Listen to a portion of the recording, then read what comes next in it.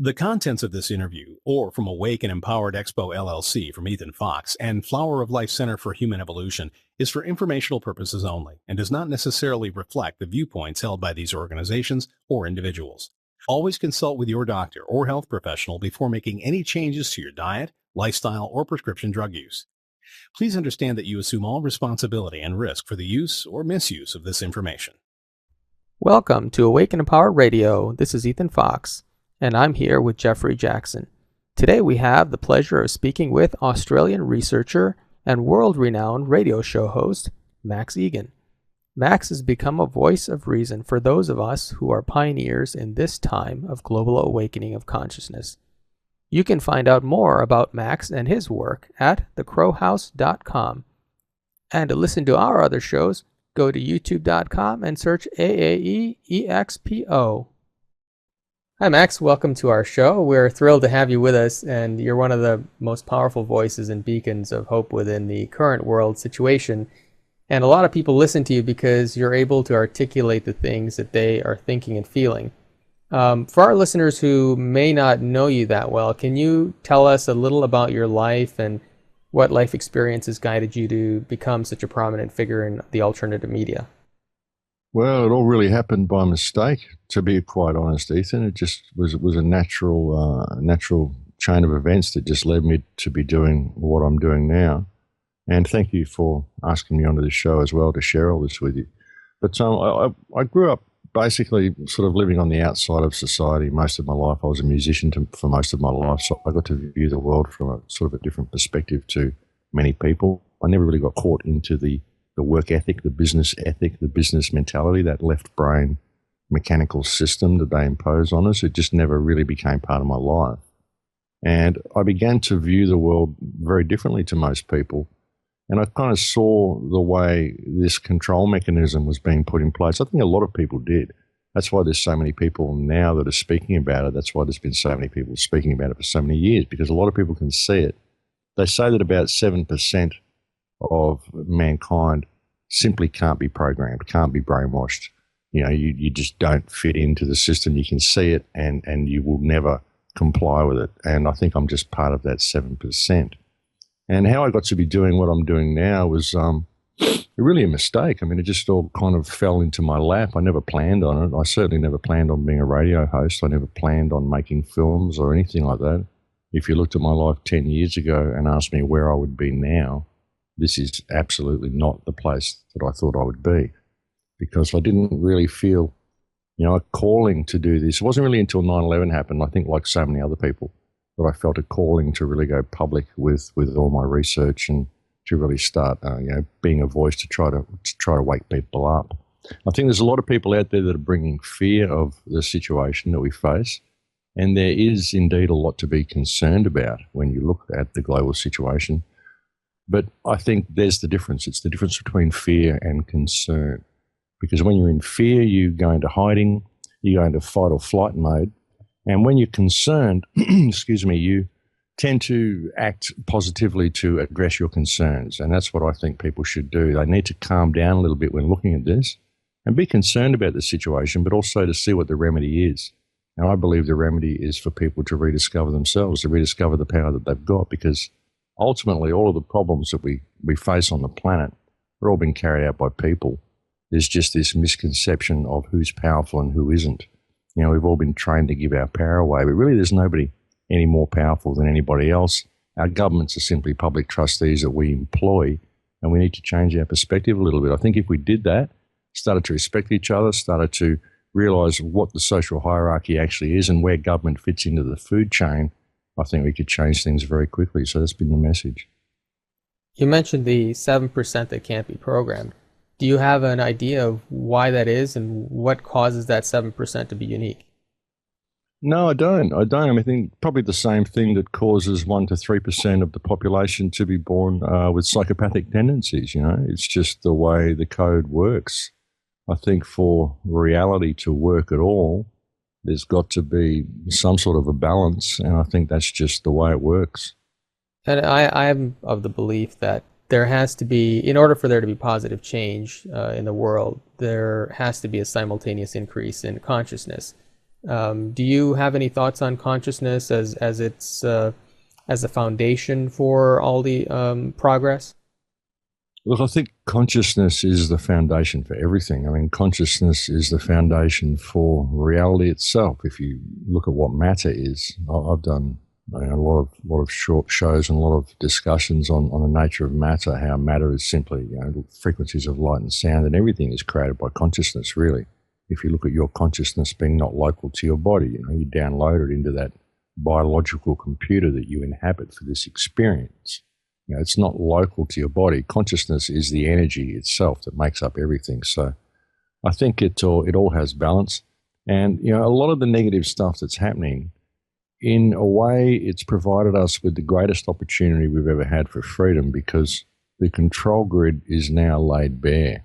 The more negative people make it, the more people wake up. Like I said, I didn't start speaking out publicly until 9/11 happened. If it wasn't for that event, I wouldn't be here talking to you now. I've put out a lot of radio shows that I hope have been positive and I hope have helped people rediscover themselves. That's been the purpose of everything that I've done.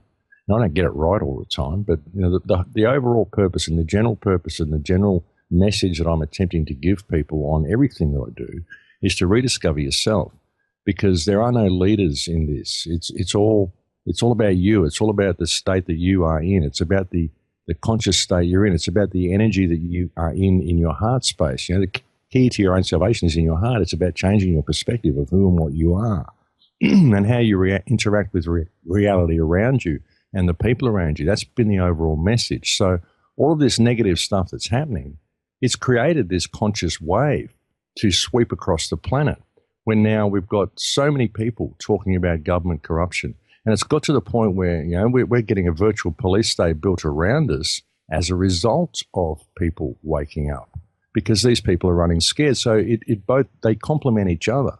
The more we wake up, the more totalitarian they make it. The more totalitarian they make it, the more we wake up. So they're both complementing each other. We've got to really see what's going on here. It's this energetic exchange that's going on between the two, the good forces and the dark forces, or the positive and the negative, or the light and the dark, whatever you want to call it. But they're both complementing each other and they're causing each other to grow. And that's why people have to be careful of the way they approach this situation. I believe you've got to approach it with a balanced approach. You've got to view all of this negative stuff as opportunity. And what it is, I believe, is an opportunity for us to learn to respect ourselves and respect those around us. Because when we do, all the barriers in our community break down and the whole control system breaks down with it. Because the whole control system is maintained completely and totally by the divided state of our societies. If we could learn to put down all of our stuff that we have with each other and just respect each other, we change the world in 3 seconds. We change it in one day. It's really that simple. And that's what I'm trying to show people. There's a lot of stuff in this movement. There's a lot of people, a lot of radio hosts, a lot of filmmakers that are in fear, and they're pointing the finger and they're screaming hate and all of this stuff against the Illuminati, in inverted commas, when really I think that's the wrong way to approach it, because that just makes the system stronger. What you've got to do is realize the system's there and realize what its actual control mechanism is, because it's a spiritual control mechanism. It's a psychic control mechanism. It's a fictional reality that they've superimposed over people's minds, and it's based on division. So there's the key right there. The key is to respect each other and to stop being so divided, to stop seeing us, each of us as being separate from each other, because we're all unique, but we're all one. We're all in this together. And this whole system is a product of our imagination. This is what we imagine reality to be, and this is what we've got. If we can imagine something different, we can create that. But it's got to be based on respect. So yeah, there is balance to it all, and there is a purpose for evil to be in the world. And of course, if you've got 3% of the population that are psychopaths, well, of course, you'd have to have a balance of people that simply can't be programmed by these psychopaths. But then you've got that huge mass in the middle, which is what actually, sways things. So, it's an interesting playoff we've got going on here, but I think it's a fantastic time to be alive. I think it's a very, very special time in human history, and I'm glad to be out here on the front line with so many others. Yeah, I completely agree with you. And, on this end, we just sort of started in the same direction really in the past couple of years. And Actually, we were just talking earlier today about the education system and how the children today in the United, I don't know what it's like in where you live, but here in the United States, it seems like the school system is becoming more like a prison system, and where there are so many rigid control mechanisms in place to teach the kids to really assimilate into society and to follow the rules and so on. And so we were just we've been playing around with the idea of designing an alternative education system, actually, and I know this is something that you talk a lot about. And for those of our listeners who are unfamiliar with your views on the subject, can you say a little about what you think about the education system, what it's like in your area, and how you envision a solution for that? Well, the education system is an indoctrination system, ultimately. That's all it is. It doesn't educate people at all. I mean, it gives them certain skills, reading and writing. It teaches them the history that they want people to know, and it teaches them how to function in the business world, how to function in this society. You can, of course, go off on tangents. You can learn other things. There are actually some teachers. I mean, I'm not saying all teachers are bad. There are a lot of teachers who do teach their students good things and who seriously do want to help these kids. But unfortunately, in the public system, they have very controlled curriculums, and there's certain things they have to teach these kids. And it's all about programming the left brain. I mean, education really is life. It shouldn't be learning how to be a functional cog in the big machine. But that's what it is. Frank Zappa actually said it wonderful.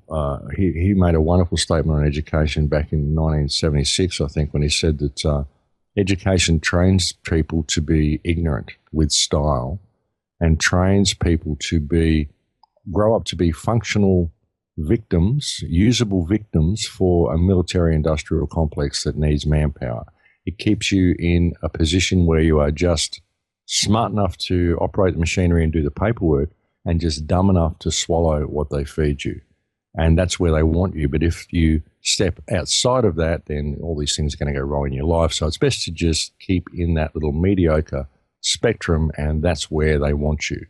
And that is exactly what the education system is designed to do, the modern education system, especially in America. I mean, America has taken this to almost an art form of how to keep people in that little area, that one area that they don't think outside of the box. Because if they do, then things may not be cool for them in their life. People will judge them harshly. They'll get ridiculed by their neighbours. They won't be able to be one of the guys, in inverted commas. If nobody wants to hang out with somebody who's smarter than they are, so they don't want you to know too much, and you shouldn't really want to know too much, because if you do, you'll get worried. That's what the education system's designed to do. And again, there are a lot of good teachers in there, but they're forced to operate within these parameters. And so no matter how much they try to educate these kids and to get them thinking clearly, even if they do a little bit, well, they eventually go out into society. They're forced into a position where they've got to pay to be alive. They've got to be financially successful, so they've got to go out and start businesses whereby they're exploiting other people and profiting from people around them. And there's this whole horrible commercial thing goes on. And the whole commercial system is really the glue that holds it all together. And that's what people are trained to function in. People are trained through the education system basically to, no matter what they are allowed to do, no matter how creative they are allowed to believe they can be, they are still trained to believe that we need the system to stay the way it is. We need the status quo to remain consistent, and we shouldn't rock the boat, and we should respect authority. That's the basic rule of education. Max, I'd like you to go over the idea of sui generis. I've heard you speak to that before in interviews, and you encapsulate it so beautifully. Well, sui generis is your uniqueness. Sui generis is basically saying that you are a unique expression of creation. That's what you are. You stand before any court in the capacity of sui generis. Therefore, you have no peers, so you cannot be subject to the laws of your peers. You cannot be judged by your peers. You have no peers. You are unique. And you could even ask the court, can you identify me by my fingerprints and by my DNA? And of course, they will answer yes. In which case, they, according to their own testimony, you are unique. Therefore, how do you have any peers? You cannot be judged by the laws of your peers. You are sui generis, the same as everybody and everything else. You're a unique aspect of creation. I mean, you can try this in the legal system. Some people have had success with it, but we're seeing more and more people in these free man movements and more people, they're kind of setting examples, and there's other people that are being made examples of. The system is so corrupt that it doesn't matter. Once you get in their court, they just do what they want. But if people can understand the concept of sui generis and they can encapsulate that into their lives and realize their own uniqueness, then it will change the way they interact with reality. It'll change the way they interact with the legal system. And when you're speaking with somebody else, we go up against these people all the time. We'll attack a police officer, we'll attack a judge, we'll attack a lawyer. When we go into the court, we verbally attack these people. We try to stand our ground and show them that they don't have jurisdiction over us and you're my servant and blah, blah, blah, blah. You've got to do this. We're scared of their office and we approach them through their office rather than simply talking to the man or the woman that inhabits that office and seeing them as being sui generis as well. I can't attack you and verbally abuse you because I have no jurisdiction over you. You are completely unique. I'm just pointing out the fact that you don't have any over me as well, because I am also completely unique. And if you are claiming that I am part of your legal system, well then within your legal system is a term called sui generis, which explains to you my uniqueness in your own legal terms, should you not be able to understand what I'm telling you. And if you want to go to court, hey, we can do it, but this is the path that I'll be taking because I know who and what I am. You find that all the problems that we face are spiritual problems. And that's why you need to be respectful when you approach these people. It might be a complete psychopath, but it's a person. It's a man. It's a woman. It's flesh. It's living flesh and blood. It is completely unique to itself, the same as you. And if you are respectful in your approach to these people and you're logical and you're polite, they have nowhere to go because the system will always attempt to provoke you into confrontation, because as soon as you are in a state of confrontation, you go into that fight or flight mode, the adrenaline starts pumping, you step out of line and you give them jurisdiction, you just mess up every time. I had someone who went into an appointment with a government office, for example, a couple of weeks ago. He went into an appointment, he'd missed an appointment, and he'd gone into this office at about 2 weeks later, and he walked up to the counter. It was 4:15 in the afternoon, and he said to them, I'm here to sort out this matter of an appointment that I missed a couple of weeks ago. And the woman at the counter verbally attacked him and said, you came in here at 4:15 in the afternoon to sort out a missing appointment when we close at 4:30. She was really angry with him when she addressed him this way. And he just looked at her and smiled and he said, thank you for that information. And she completely folded. He was so polite, he just said, well, thank you for the information that you close at 4:30. And she folded. She completely lost all of her confidence in herself. She embarrassed herself. She went red in front of the entire office of people. She ended up coming over and apologizing and pandering to him and sorting everything out that she could for him. He completely threw her off guard because he did not move into confrontational mode. You know what I mean? If you can be respectful to people, and if you truly respect yourself, you will be, then you can change things. And it's hard to do. I mean, it is hard to do. People will push you, especially in this movement. People will bait you. They will post threads about you. They'll do everything they can to get you into confrontation, and you'll go into it because you're human and it happens. We all do it. But if we can just try to think about this sort of stuff when we do, then it can make a difference. It can really make a difference if we move out of confrontational mode. And think about it. Every time someone does push you into confrontation and you respond, there's a lesson for you. What was that? What was that triggered that in you, that caused that response from you? What was it about yourself that made that happen? I've had some great experiences over the last year where I've been pulled into confrontation and I found out all sorts of stuff about myself, and now I'm so much stronger for it. These are the little opportunities we're having in our lives to make ourselves stronger. Now can we apply that to our society? Can we apply it to our government? Can we apply it to this system? Can we apply it to the people around us? That's the question, That's what all this is. It's a huge time of learning for humanity, I think, this time. I probably want to right off topic there, but I think it's a great time in history, and it's an honor to be part of it, really. I think a lot of us have come here to do this and to help with this, and it's great to be part of it. we're working on so many different fronts also, and it is very exciting to be a part of making this happen.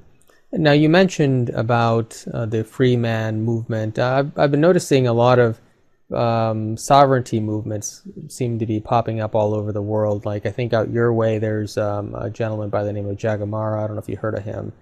But there's also David Wynn Miller with Parse Syntax. Have you heard of any of these guys? Yeah. Okay, and Divine Province, OPPT, Kate of Gaia, One Heaven, and so many others.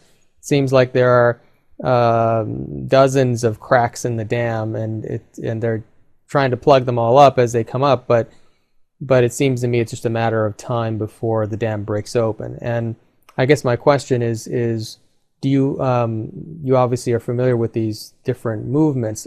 What are your thoughts on them, on the subject in general, and any of these individuals? And do you know of anything or anyone else who is actually making substantial progress in this particular area?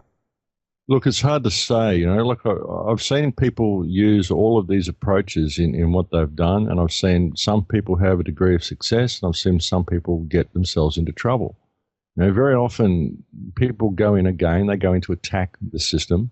They get armed with a little bit of data, and they go in there and they want to take the judge on, they want to take the system on. They think, oh, I know what I'm doing, and they go in attack mode. And it's not respectful, it's not spiritual, it doesn't work if you do that, because you're going into that confrontation. I think that all of the people that you mentioned have been beneficial in as much as they're all helping expose the fiction. But I think it's going to go further than that. It's going to go to a point where people realize that it's all fiction. It's all paper-based reality. It doesn't matter what anybody wrote on a piece of paper. It doesn't matter about any decree the Pope made.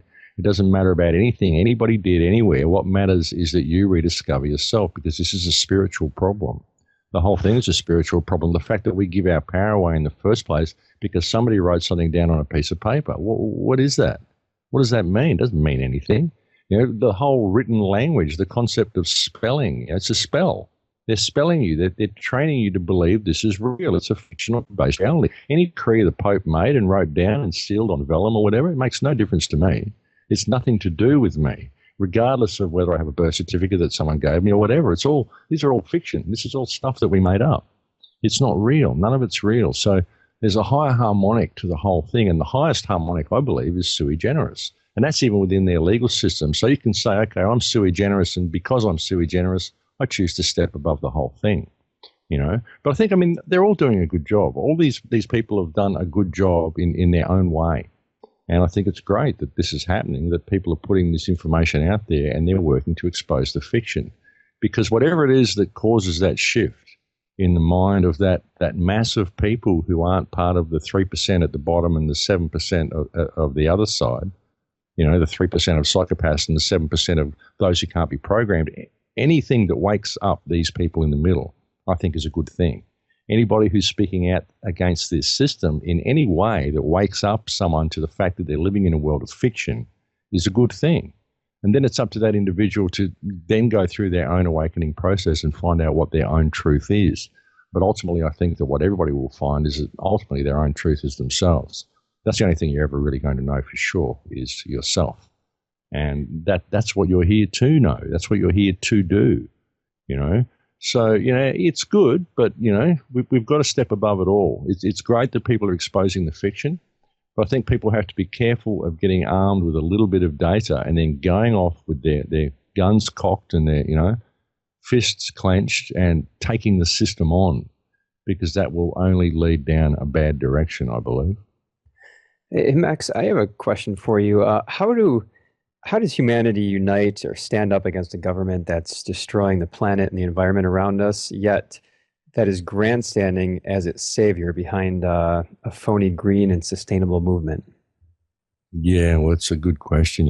By doing what we're doing, by being aware of it, that's half the problem. See, I think that all of this comes down to respect. All the problems that we face come down to respect. If we had respectful communities, we wouldn't have to have coal seam, stand up against coal seam gas mining, for example, or have rallies and things, because the whole community would respect each other to simply say, no, we're not going to do this. And the people who are working in the gas fields, they wouldn't be in a state of scarcity. because that's what it is. I mean, these guys that are working the gas fields, it's good money. You go out there and make good money. And in this world where you're kept in a state of scarcity and you've been programmed through this education system to believe it's all about stuff, it's all about security, got to have the nuclear family, got to have the house, the block, the 2.5 kids, the 1 point, this and that, and the picket fence and the 2 cars and the TV and all this stuff. Got to do this so you can fit in, so you can go down and have a beer with the local billiard club and do all this sort of stuff. Otherwise, who are you? You're a lesser person, So people are trained to think this way. And they're kept in a world where it's extremely difficult to get by. The bills are rising and rising and rising. And suddenly you can get a job on this gas field and you looked at all the specs. They've told you, hey, this company, this is a green company. This is helping save the world. Where this is clean energy, They're trained to think this way. So it's very difficult to hate them. But if they weren't kept in a state of scarcity, if we had respectful societies, none of these people would be in scarcity to begin with, and they'd see the sense of this. If we had respectful societies, we'd have an education system that actually educated people into reality and taught them who and what they are and helped them express the art of their lives and be creative and have independent thought to see what we can come up with as a species. Because we're incredibly creative, we could do anything. But the whole system is structured to create exactly what it is. So the way out, I believe, is to see what the control mechanism is, which is division. That's the main mechanism of control, that we all have this stuff with each other. And even people in the research community that may be investigating all the free man stuff, each one will find their own little niche. Okay, it's the birth certificate, or okay, it's the trust law, or okay, it's the Vatican system, or okay, it's this or it's that. And then they start arguing with each other. They don't realize it's all part of the same thing. You just found another piece of the puzzle. There isn't one person who's right and one person who's got the whole thing. Let's put it all together and stop arguing. Let's just respect each other for being who and what we are and congratulate each other for finding a new piece of the puzzle. Because we're all finding our way through it, and there are no leaders. What we need to do is to find the silver bullet, find the magical key that's going to unlock the hearts of the people. And I believe it's respect. It's understanding what this system is. It's all fiction. The whole lot of it is fiction. And respect is the way we can do everything. It's the way we can change the world. Once people respect those around them, I finish every show with In Lakesh, I'm another yourself. Once you can treat people that way, then the world changes. It's really that simple, And we've got the strength of numbers. If we can unite our communities in empowered ways where there is no leader, where everybody's leading themselves, and we're realizing what this is, if we can unite our communities in some way, any way, anything you can think of to break down the barriers with your neighbors. If you're baking bread, bake an extra loaf and give it to the guy next door. Grow some extra vegetables, give it to him. Start a gardening cooperative. If you're a lady, start a sewing group. Start a record swap. Start a car boot sale. Start anything you can think of that's going to get you communicating with the people around you, and then treat them with respect and help them. Do things for them. Let's all just support each other. Let's break down all these barriers. Realize that everybody's in a state of scarcity. People that are running this system are our employees. They only get away with what they're doing because they've trained us to be too caught up in what we own rather than who we are. It's really simple if people could just step back and take off the rose-colored glasses and look at reality a little bit. But it's got to come down to respect, brother. I really think that's the key to the whole thing. And everyone says, but how can we do this? Well, you do it yourself. You do it by starting to respect yourself and respecting people around you, and you lead by example in what you do. Start small. You're a small person. You've only got your little space, your little group of people that you know, but you can start respecting them. You can start dropping the barriers that you have with them. There's people that you've got stuff with. Put it down. Go and see them. Say, hey, what's all that stuff we had? Let's sort this shit out. Here's a gift. Come and have a beer. Come and have a this or have a that. Let's go out. Let's do something. It's ridiculous. We're all trained to have all this stuff with each other. So to me, it's simple. And all the people around me in my life, this is the way we live, and it just works for us. Everything just works for us. I think it would work for everybody. I think it's important too. You mentioned this in a previous interview. I thought it was, again, just beautiful that the people around you, the brothers and sisters that are standing next to you and your family, we have not been ever given a level playing field. And that goes with our politics, our government, even the food, the chemicals around us. So we have to forgive those people. We have to forgive and get past our differences. Like you said, I think that was a great thing you've mentioned before. Well, absolutely. Like I said, with the guys that are doing the gas wells and stuff, they're trained to think this way. They're not playing on an even playing field. They don't know what reality is. They were trained to be this way. They went through the education system. They probably excelled at it. They got totally locked into their left brain, and that's what they think reality is now. And by going and attacking these people, you're not going to solve anything. You're just going to make them attack you back. They're going to want to defend themselves. They're going to get haughty. They've got peer group pressure going on, all this sort of stuff. So it's an immediate confrontation, and nobody was ever given an even playing field in this whole society. It doesn't matter. Everybody's forced to pay to be alive. We're born into families that are pre-programmed, and they train us and they program us to do this and to do that. And then we go to school, we get programmed through the education system, we get spat out the other end, and we start going, what the hell is this? Sometimes we do. Sometimes we just go, okay, this is what it is. And we go for it and we do it, and that's what we've got. And we get to the end of our life and we go, well, what was that? I've got all this stuff now, but I never really found myself. And that's what happens to most people. It's very unfortunate, but that's what happens. They get distracted from themselves. Some of us don't do that. So yeah, nobody ever had an even playing field. And admittedly, there are psychopaths at the top that have done bad things and probably deserve to have bad things done to them. But that's not for me to say. That's not what I do. That's not who I am. I'm sure things like that will sort themselves out. But the psychopaths that are in control, who have created this system, they only get away with it because we give our power away. Now you've got a choice as to whether to give that power away or whether to refuse to comply with anything that interferes with your moral compass. Because really that's what it's about. Life is about what you do at the time here. And really there should be nothing higher than what your moral compass says the limits are. And if you don't have a moral compass, well, perhaps you're a psychopath. A lot of people don't have a moral compass. I do. And I will not comply with any legislation which interferes with my moral compass. And I'm quite prepared to debate that point with anybody who believes they have the authority over me to instruct me to operate beyond my moral compass. I won't do it. If people are going to force me to, well, we get into the whole slavery system conversation, about slave trading and about why you should be making demands of me if you're a public servant. We can go through the whole thing, sui generis, the whole thing. It doesn't matter. We'll go that way if you want. But ultimately, if you have the moral high ground and you are respectful in what you do and everything you do in the way you interact with people, even if you get angry sometimes, I get angry and I lash out. And once I've done it, I'm okay. I'll just let that fly, and I'm a Scorpio. Hey, I gave you a sting. That's what I do if you push me. Unfortunately, that's just the way it is. I'm trying to get a lid on that one, but it's just a part of me. That's the way I am. But once I've done that, I'm fine. I don't hold a grudge. I don't know anybody that I actually have a problem with. Anybody that I've lashed out at, anybody that I've had an argument with, I don't have a problem with any of them. I really don't, because I just don't hold grudges. I think it's a waste of time. But I have no problem embracing my emotions at the same time. And if I get angry, I'll express that anger. If I wasn't angry, I wouldn't do the radio shows. I wouldn't be here doing this interview if I wasn't angry. If I wasn't angry at the psychopaths and what they've done to this planet and what they're doing to my brothers and sisters, I certainly wouldn't do what I do. It's just how you channel all that, I think, what you channel it into.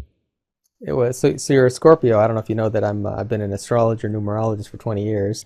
And one thing that I've been seeing is that in the next, we're sort of in this window of time. I don't know how much you follow astrology, but we're in this window of time until 2016, where both sides are sort of butting heads, where the establishment is pushing against the people and the people are pushing back.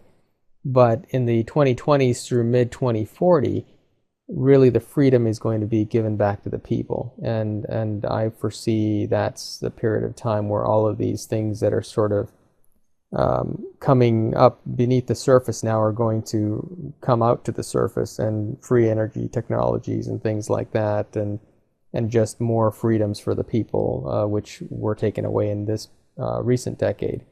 I'm curious, do you see the future in a similar way, or do you have a different opinion on that? Well, I don't follow astrology. I know people that do, but I don't. I do see the future in that way because I believe that's what this time is and that's what we're going to do. The danger, I would say, of looking at it from an astrological perspective is that even saying something like that to many of the people out there who are in that middle section of people who are easily programmed has sometimes the effect of lulling them into a sense of complacency. Okay, the stars say it's all going to change. I don't really have to do anything because it's all going to change. We're all going to be free in that time.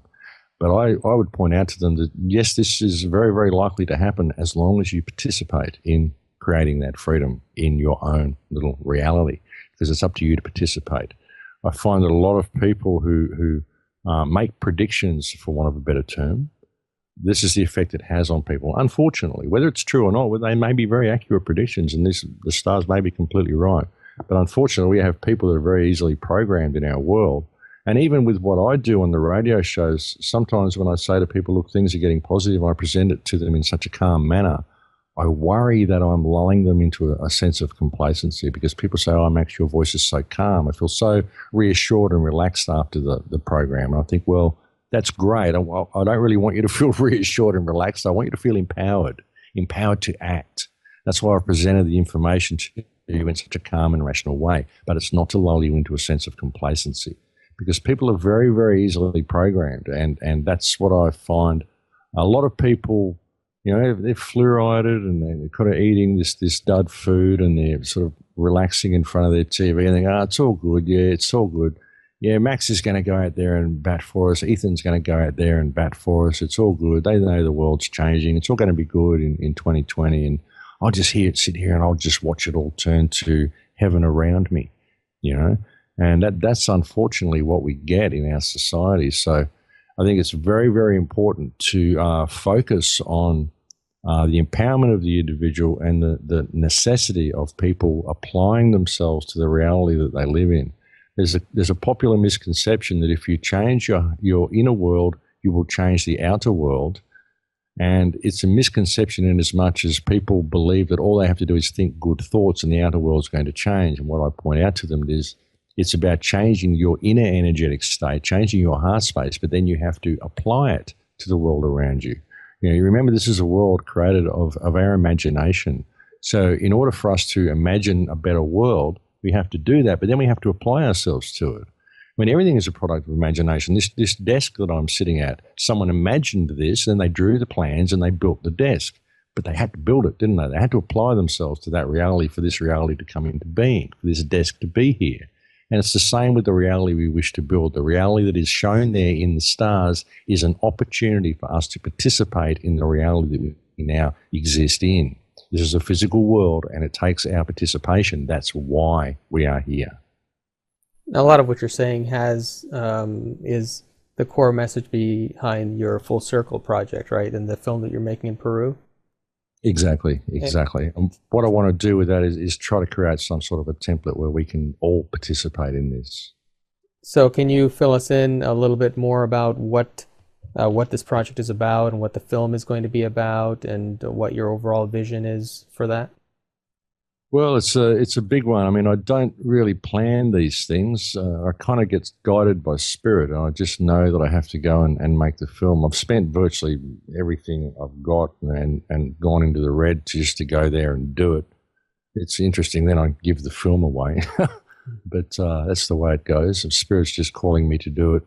It's going to be a film about the Earth. I'm doing it in Peru because there's a certain mystique with Peru. People can identify with Peru. I want to show what's going on with the Amazon. I want to show the need to preserve the Amazon, show the Earth as it really is, and use the film to launch the Full Circle project. And the Full Circle project, I'm getting input from people all around the world, actually, that want to be involved in this. What I want to do is create a mechanism, create a template that we can use, because I'm always saying we've got to empower our communities, and people are going, well, that's great. How do we do that? And like I said, I was saying all those little things you can do. Well, let's create a template whereby you can have workshops and you can have initiatives that are started in your community that are designed to empower the individuals within your community and push the envelope with the controlling hand.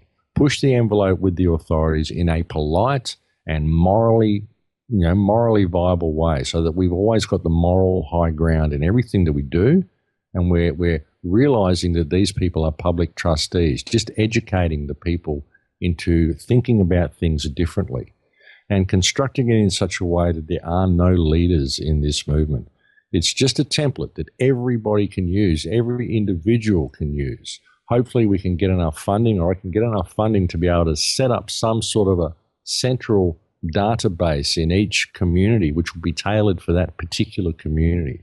So if you're in a community and you have an idea that, you know the way these people around you think and what may unite them, let's have a look at that idea. Let's see if we can implement it in your community. What do you need to get it started? We can try to collect a fund, and we can do this. I also want to start a fund to start buying huge sections of the Amazon rainforest, because there's a lot of Save the Forest campaigns out there, but they're just mainly spending the money they collect on advertising campaigns and videos and all this stuff. They're not actually doing anything to save the forest. What I want to do is go in and buy these huge sections of Amazon rainforest that are for sale right now. We can go in there and we can just get local Shipibo or local tribal people, village people to patrol the borders for us, to keep poachers out. It won't cost us much to do that. And we can protect these areas. We can put them in a trust. I want to start a foundation called the In Lakesh Foundation, and I want to be able to have people donate into this foundation, and we use the money to buy huge sections of rainforest and put it in trust so it can never be touched, and to fund community projects all around the world. So there's a lot of people saying, well, you got to focus on one thing. We've got to focus on saving the Amazon. I say, well, that's all very well to focus on saving the Amazon, but if I just focus on the Amazon, then I'm going to allow the world around me to implode, which means I'm going to eventually lose the Amazon anyway. So I need to see the Amazon and the loss of the Amazon as a symptom of the larger problem, which is the disempowerment of mankind right across the planet. It isn't unique to one country. It's right around the world. We have to find a way of empowering the individual, helping the individual around the world to remember who and what they are, and to learn to respect each other again. Take off the rose-colored glasses and see the system for what it is. And if you don't believe that it's controlling you, well, here's a little program designed to empower your community and push the envelope a little bit with these guys, these council members, these government. And if they won't let you do this, which is here to empower your community, then ask yourself why. And there you go. There's your slavery system exposed right there. So the question is, what are you going to do about it? So something. I mean, we've got to do something. There's been a lot of movements, but they all get co-opted because they all have leaders. What I believe we need is a template that empowers the individuals within each community to be empowered and to know the power of themselves and to know how to use that power. I'm curious, what does it cost to buy a section of Amazon? Well, it varies. There was one section that was there, 13,500 hectares for about $50,000, $55,000. There's other sections that are $500,000. There's large sections that are for sale that are marked for conservation that we can get. But if we don't get them, then eventually they won't be used for conservation. And a lot of people say, well, why are you only buying areas that are marked for conservation? Why can't you buy other areas as well? And it's how the land rules work in Peru. Peru's got a very complicated land system. And if you live in Peru, if you're born in Peru, you can actually go to a section of land anywhere and you can stake a claim and say to the government, I want this land. And they will measure out an area for you. And you say, okay, I want this land. I'm going to get timber from it, or I'm going to plant corn, or I'm going to put in cattle, or I'm going to do whatever. This is what I'm going to do with the land. You've got to give them a plan of what you intend to do with it. And if they will give you the land, and if you make that work over 5 years, then that's it. You can have that land. That's the way it works in Peru. You get free land just for being born there. So there's huge sections of land that are allocated for people to have, because you've got a growing population. They can't just mark all the land for conservation because you've got population who needs somewhere to live. So that's kind of the way it works in Peru. It's very different to what we have in the West. But there's sections that are marked for conservation, and right next to them you've got the Chinese buying up huge sections, and they're clear felling it and they're planting cacao. And you're finding that a lot of poachers are going in and just taking timber out of these areas of conservation anyway. They're going to go. They're going to be depleted. So they need to be put into some sort of a trust. once we've done this, I think once we've got large sections, we can start liaising with the governments in places like Peru, and we can help them understand that the Amazon is actually their bank. Okay, they're in a reality where they're viewing money as real. They're viewing life being based on prosperity rather than abundance. Okay, so that's the way their minds work. That's the way they're trained. They've been moved into this Western economic model. Commerce has been imposed over their mentality. So that's what we've got at the moment. It's a very difficult program for people to break out of. So let's use it. Let's help them understand that the Amazon is their bank. The Amazon is what makes their country so wonderful. One of the things that makes their country so wonderful. People come there to see the Amazon, to see the jungle, to experience the jungle. If they lose the jungle, they lose the wealth of their country. It's their bank, you know. So we've got to help them view it in that way. You know, that's just one suggestion anyway. You know, because, I mean, like I said, they're locked into that monetary mentality. So let's try to use that to save the forest. But that's just one aspect. I mean, like I said, the Full Circle Project, I'd like it to encompass everything. Any organization, anything you've got in your community that is designed to empower your community, I'd like it to become part of the Full Circle Project, come under the umbrella of the Full Circle Project, and just so that we can get funding for all these things and really, really start to make a difference around the world in a manner which there are no leaders. That's what I want to do. That's the vision anyway. I mean, it's a big ask, but that's the vision. Max, in November, David Icke is set to launch the People's Voice, which is sure to be just an alternative media juggernaut. Are you at liberty to speak about your role in that? Well, David just approached me and asked me if I wanted to do a show on the People's Voice. I've had a lot of flack from people going, "What are you doing going on David Icke's show for?" I mean, it's not a show; it's a channel. It's a global TV channel. So basically, what I'm doing is I'm going to be doing the same as what I have been doing with Surviving the Matrix, but I'm going to be constructing the shows more visually oriented. So I have a little intro and the way you do with a television show, you know. Make it look more like a television show. I won't just be able to use random images off the internet and random bits of this and that. I'll have to use imagery and video footage that I'm actually allowed to use. So we've been filming a lot of footage ourselves. And so I'll just be constructing the shows more for the visual aspect, or putting a lot more attention into the visual aspect anyway. I mean, with the shows that I've done on Surviving the Matrix, I tend to just use the same imagery over and over again because the imagery is largely incidental. But now I'll be constructing them so the imagery is more suited to the dialogue, and so that's really the only difference. They'll just be aired on David Icke's channel, and then I'll also get an MP3 podcast of the show, and I'll send that over to American Voice, so Frank can still run it on the American Voice radio, and I'll still post the MP3s to the Crow House. I'll still post it on YouTube, so it'll all be exactly the same as what it is. Only the shows will be 48 minutes instead of 54, and they will be running on both networks. That's really the only difference for me. I'm not really involved in the People's Voice at all. It's just David offered me a show. I was happy to accept. I was honoured that he would offer me a show. And I think it's a great thing what he's doing. I mean, any way we can to deprogram people is a good thing. And people watch their television. They're programmed into watching TV. So let's give them a channel that's going to give them the truth. And, you know, I think that, you know, I really believe in the message that I've been putting out on Surviving the Matrix and the message that I've been giving to you on the show today. I really think this is the solution to the problems that we face. And I'm happy to go onto any network that will help me get that message across. I really am. You know, I'm not really interested in the stuff that people have with other people.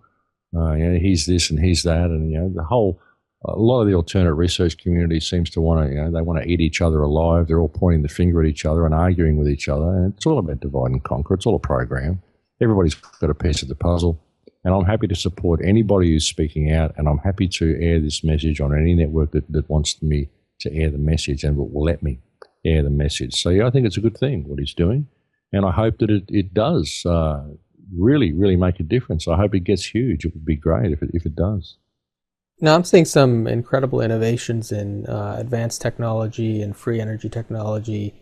One of our presenters was Dr. Shipov at our recent expo was Dr. Shipov from Russia, and he has reproduced a lot of the devices and technology that Nikola Tesla had worked on originally. and we're seeing similar technological innovations coming from many other sources all over the place. Have you seen anything that, with regard to free energy technology or anything, any advancements that have the possibility of really changing the world that we live in, and are you aware of any of them that are really viable, workable technologies? Well, the technology that I mentioned in my last film, Transformation, that Justin Hall Tipping was looking at of harvesting light from electrons, I think is quite promising. And anybody who can duplicate the work of Nikola Tesla, I mean, if that can be done, then there's the solution right there. I mean, most of the problems that we face are due to meeting our energy needs. This is what causes most of the wars and all the harvesting of resources and all the stuff that we do. I mean, capitalism and meeting our energy needs. This is what's caused Fukushima, the whole lot. So it's a very, very important issue, and it's also one of the mechanisms that is used to keep people under control. So you can't have them having free energy. They become free if they get free energy. We can't have that, can we? So that's why it's been so suppressed. The man you just mentioned, the German man you just mentioned, I've looked at his work and I find it quite promising. And like I said, the Justin Hall Tipping work is good. There's been people that are doing work on hydrogen cars and all sorts of stuff for a long time. But I think, like you said, I think the work of Tesla is the key, because that's about energy. It's about the energetic stuff of the universe. There's another man, Victor Schauberger. I don't know whether you're familiar with his work. He was a water wizard from Austria. He died back in the 40s or 50s. And his work was actually quite remarkable as well. And I think that is the direction we need to be going. Nikola Tesla always said if you want to understand reality, you need to think of it in terms of energy and frequency. And I think that's what it's all about. I mean, when you can understand that everything is energy, all of reality is created from energy, the stuff of the universe itself is pure energy. The matter, the space between matter, the energetic stuff of the universe itself is highly energized. Everything it's an electrical universe. All we have to do is find the frequencies to be able to harvest that electricity. It's endless. It's abundant. It's creation itself. And that's what Tesla tapped into. He knew how to do that. And that is the ultimate answer. That's what we should be doing. Those are the directions we should be pursuing. I think we did have this technology once, and it's been taken from us. But I think we'll find it. We'll get it back. And once we get it, once someone rediscovers how to do this, and we've got the internet now, once it's posted, that's it. It's done. The deal's done, and the control grid falls. So I think it's very important. There's a lot of people that are going down pathways that I'm a little bit suspect on. There's work being done to harvest the torus energy that we all generate ourselves. You have a torus field that comes out. You have an energetic field that's generated by your heart. We're actually very, very powerful electric batteries. Cue the Matrix almost. We generate quite a large torus field, and there's talk of creating energy devices such as a mobile phone that's powered when you speak into it, a wristwatch which is powered by the torus field of your body, these sorts of things. But then you get into a situation where we are becoming the batteries for the energy devices around us, and then we start becoming the batteries for microchips and implants and add-ons, and enter transhumanism, with us being the power source to power the android that we've become. So I'd be very, very careful of those sorts of free energy devices that many people are exploring the possibility of, because I think that ultimately just leads down the transhumanist pathway. I think energy is all around us. We don't need to harvest it from our bodies because it exists in the field all around us. You mentioned in one of your other shows that there was an embassy that was created in Alberta, Canada, and they were having some problems. Have there been any new developments with that, or what's going on with that? Look, I haven't heard any more from them. They sent me a letter to let me know what was going on, and I mentioned it on the radio, but I haven't heard back from them since then. They were basically, this is basically a sovereignty thing, exposing the fiction. And that's what I see the purpose of all of these things as being. They expose the fiction. They put another crack in the damn wall. They cracked the facade a little bit more. I'm not sure what's happened. I'll actually have to contact them. I'm glad you reminded me of it. I will contact the person who contacted me about that and see what the results have been. Because all of these things, I mean, we do have a corporate slavery system over all of our planets. We really do. Over all of our countries, I mean. We have this corporate slavery system there, and all of these things are working to expose it. The whole thing they want to do and set up as custodians of the land and expose the government control, I think is a great thing.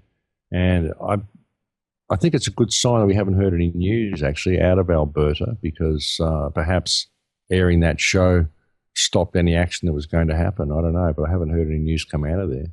So I'll find out for you. I'll get back to you on that.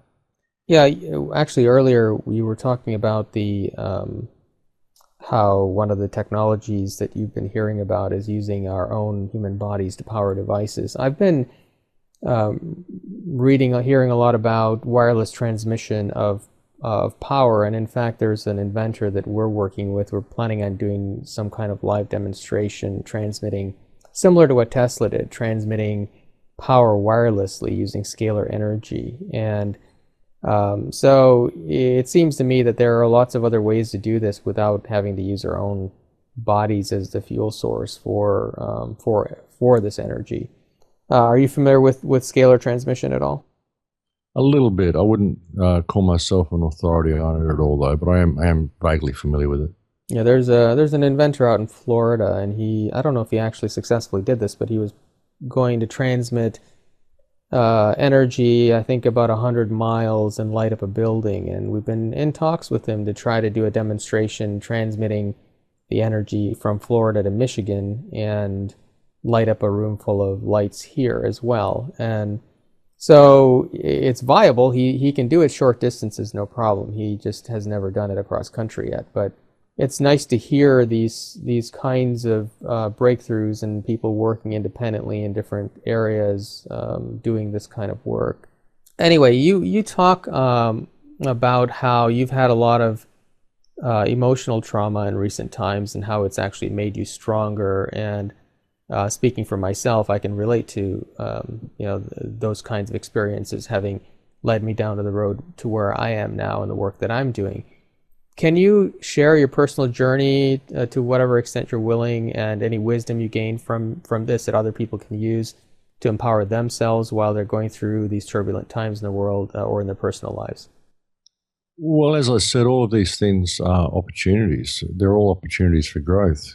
And I think that we're presented with these situations in our life in order to grow. I think we leave these little milestones, these little signposts for ourselves, But it's up to us to see them, and it's up to people to understand that when these things happen, it's about what you do with the information. It's about the information you just experienced, why it made you feel that way, but now it's what you do with that. Why did that happen? Why did you need that information? What's the benefit in that? No matter how bad it was, it happened. Why? What did you gain? There was something there for you, And if you're stuck feeling bad about it, well, it's over now. It isn't happening now. So now it doesn't exist. So why do you still feel that way? We're always usually stuck in the past, or we're in apprehension of the future. We don't exist now. These are all designed, little things designed to take you out of the now. And often we don't express our emotion through these situations as well. What I found with myself, though, was a gradual disconnection that I was having. And so that I was becoming more and more susceptible to attacks that were becoming increasingly petty and shouldn't be affecting me.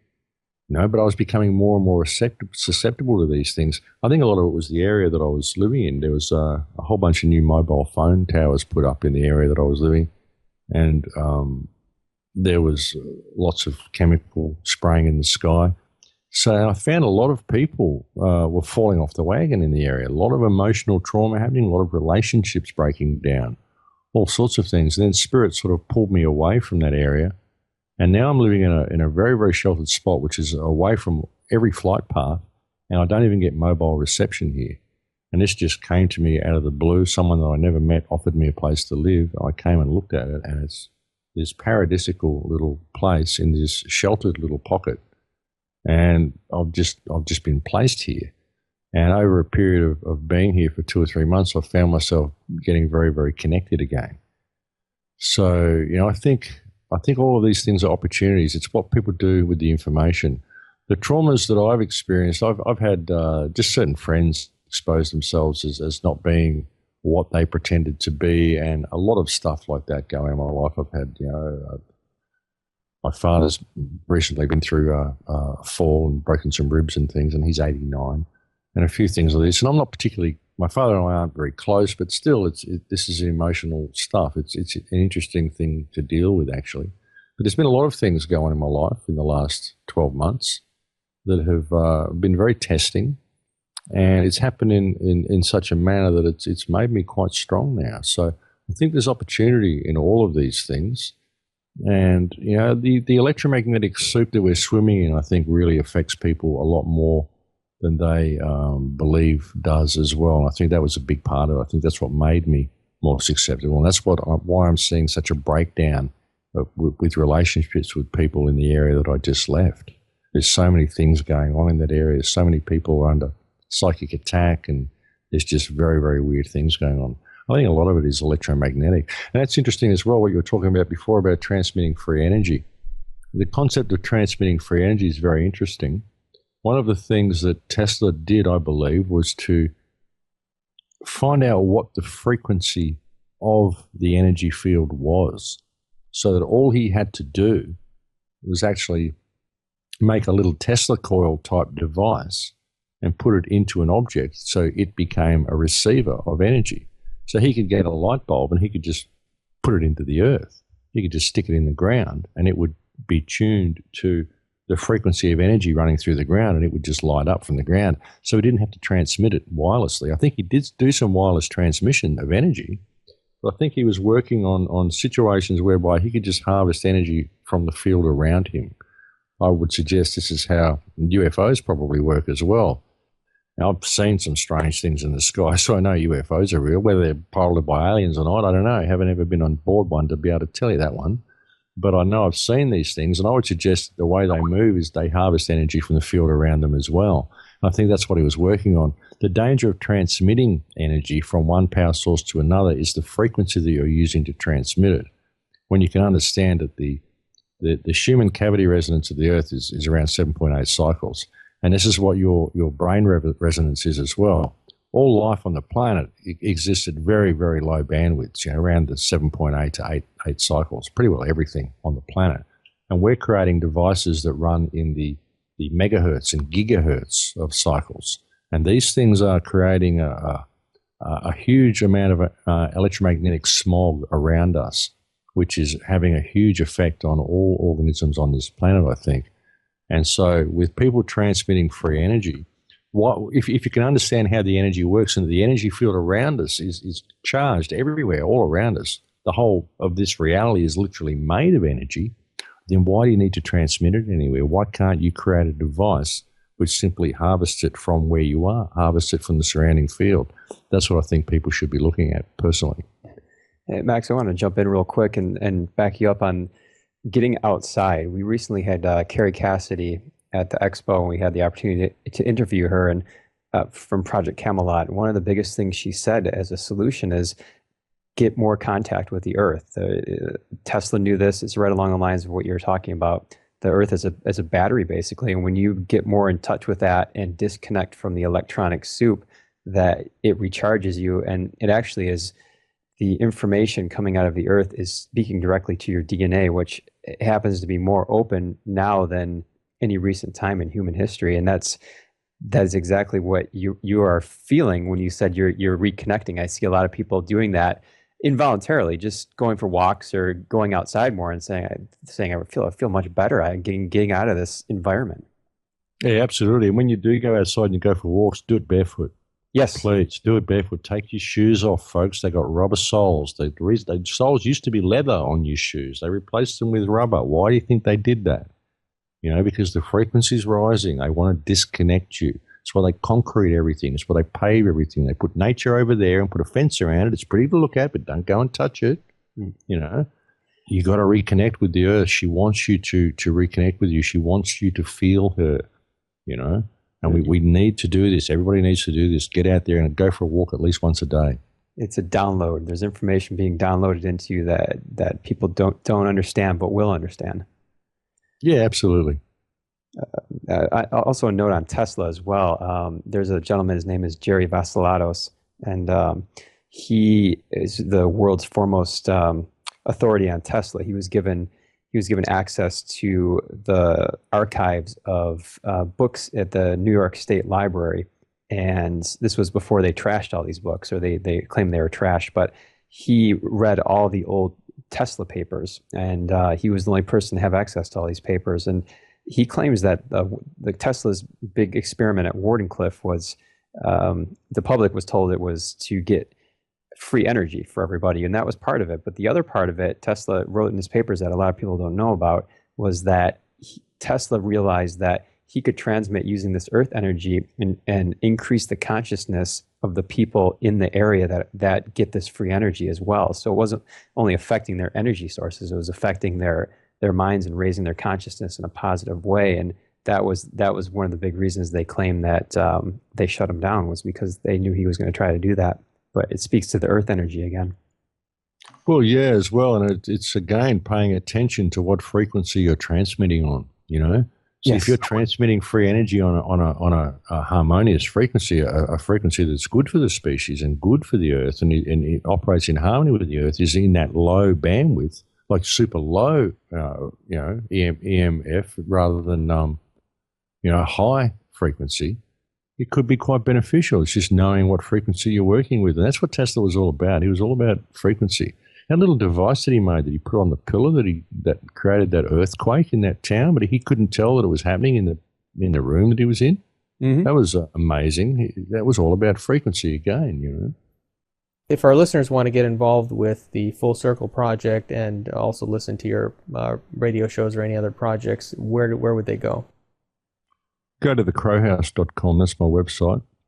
Everything that I do gets posted on thecrowhouse.com. I will have a website up for the Full Circle project when I launch the project, but that won't be until I've made a new film. And if I can really, really rush that through, hopefully I'll get that done by about February. But it's hard because I've got this whole David Icke TV thing to do as well. And the format for the David Icke TV show, like I said, it'll probably remain the same as what it is for Surviving the Matrix until at least the end of the year. And then I might be able to branch out a little bit. It's just getting the time to put it all together. But the Full Circle project and all of the things that I'm doing will and always are accessible via thecrowhouse.com. That's where you'll find out everything about me and everything that I do. It's all there. So you interview a lot of very interesting people, and a lot of people I know listen to your show. And I'm curious, what is the most interesting or compelling piece of information that you've come across that's going on in the world right now? Oh, look, that's a hard question to answer, really. That's a very difficult question to answer. I mean, we're having a global police state being built around us. I think that's pretty compelling. And people are waking up to their own power, and I think that's pretty compelling as well. I mean, it's hard to put it all into a nutshell. I think that a lot of people are realizing that all of the smaller issues that we're fighting and we're addressing are all simply symptoms of the larger problem, which is the corruption of this system itself, and that only exists because we allow it to, because we've lost our own power. And that, to me, people waking up to their own power, people realizing that this control system exists, that's what I find to be the most compelling out of everything. I think a lot of it is fear porn, what we're seeing in the world.